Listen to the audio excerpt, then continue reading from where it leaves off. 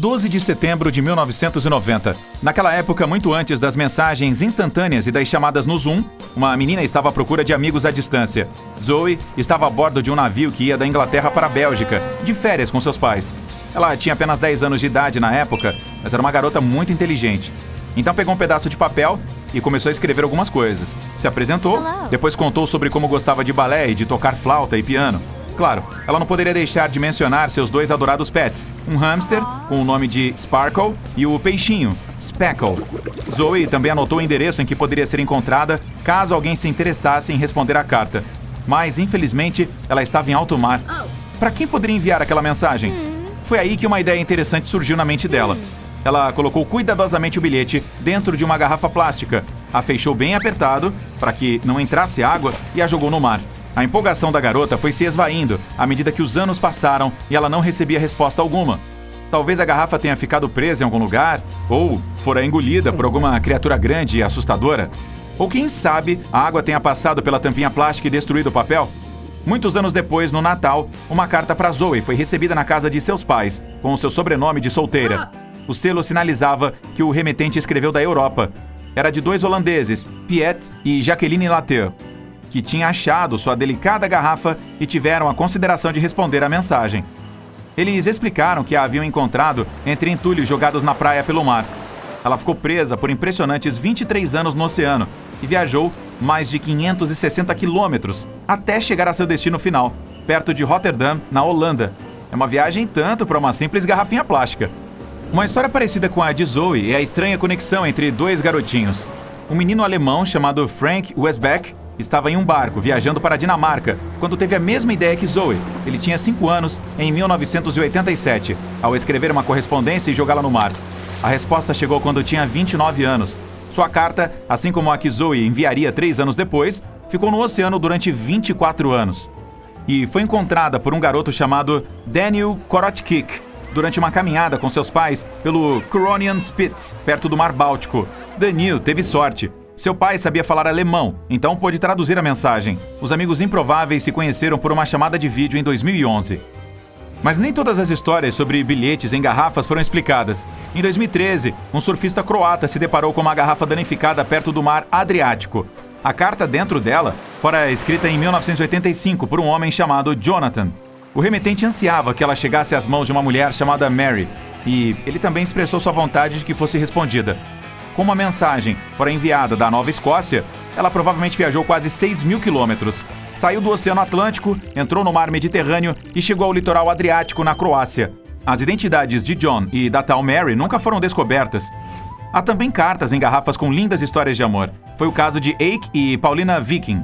Quando Eik, um solitário marinheiro sueco, jogou a dele no Mar Mediterrâneo, não tinha ideia de que ela cairia nas mãos de sua futura esposa.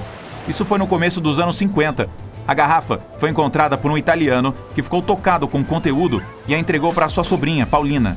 Depois de um ano de troca de correspondências, Eik e Paulina se conheceram e se casaram. Eles decidiram contar sua história para o mundo e se tornaram um casal famoso na época. Inclusive compartilharam uma gravação de vídeo de seu casamento com o mundo, e a história deles estampou as páginas de muitos jornais. Este acontecimento feliz inspirou um movimento entre jovens que estavam à procura de amor, aumentando a quantidade de mensagens jogadas no mar em busca de um conto de fadas.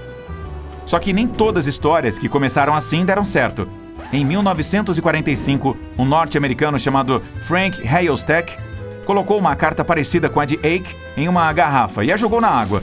Quase um ano depois, ela foi encontrada por uma irlandesa, Brenda O'Sullivan. Os anos de correspondências trocadas entre os dois acabaram chamando a atenção da mídia na época, mas a amizade nunca passou disso, por causa da pressão das pessoas. Eles chegaram a se encontrar pessoalmente quando Frank viajou para a Irlanda, mas não ficou muito tempo por lá, e os dois acabaram perdendo contato. Após o Titanic ter seu conhecido fim trágico, muitas garrafas com mensagens secretas começaram a aparecer. Quase todas provaram ser falsas, menos uma. Anos depois de o navio ter afundado nas gélidas águas do Atlântico, uma garrafa foi encontrada no litoral irlandês. Era de um homem chamado Jeremiah Burke, e até hoje é considerada a única mensagem engarrafada verdadeira proveniente do Titanic. O pedaço de papel informava o nome do remetente e sua localização, o famoso transatlântico, e vinha acompanhado da palavra adeus. Como a data foi apagada pela água, é difícil estimar se o bilhete foi enviado antes ou depois de o navio ter batido no iceberg. Mas o entendimento comum é de que, como Jeremiah tinha intenção de se mudar para os Estados Unidos, ele estava simplesmente enviando seu último adeus simbólico para seus parentes e amigos que ficaram na Irlanda. Esse jeito simples de conhecer e se corresponder com pessoas se transformou em passatempo para um homem de uma província canadense chamada Ilha do Príncipe Eduardo. Harold Hackett afirma ter jogado mais de 4.000 garrafas no Oceano Atlântico desde 1996. Ele também garante ter recebido muitas respostas de pessoas do mundo todo, como França, Alemanha, Bahamas e países da África. Esse passatempo em comum o fez ganhar cerca de 150 cartões de Natal de seus amigos distantes em cada ano. Até hoje, Harold se recusa a incluir seu número de telefone em qualquer uma das mensagens. Assim, garante que, se as pessoas quiserem entrar em contato, a única forma de fazer isso é escrevendo uma carta. Ele também estudou as melhores épocas para jogar bilhetes na água, com base na direção dos ventos e das correntes. Mas algumas garrafas passam a vida inteira no mar. Foi o caso de um britânico que escreveu uma mensagem e a colocou no Canal da Mancha em 1914. Seu nome era Thomas Hughes, e ele queria que a correspondência chegasse nas mãos de sua esposa. Porém, teve a educação de escrever uma carta para quem quer que tivesse pegado a garrafa primeiro, pedindo para redirecionar o pedaço de papel à sua verdadeira destinatária. Mas isso não aconteceu, porque a garrafa foi achada 85 anos depois nas praias de Essex, na Inglaterra.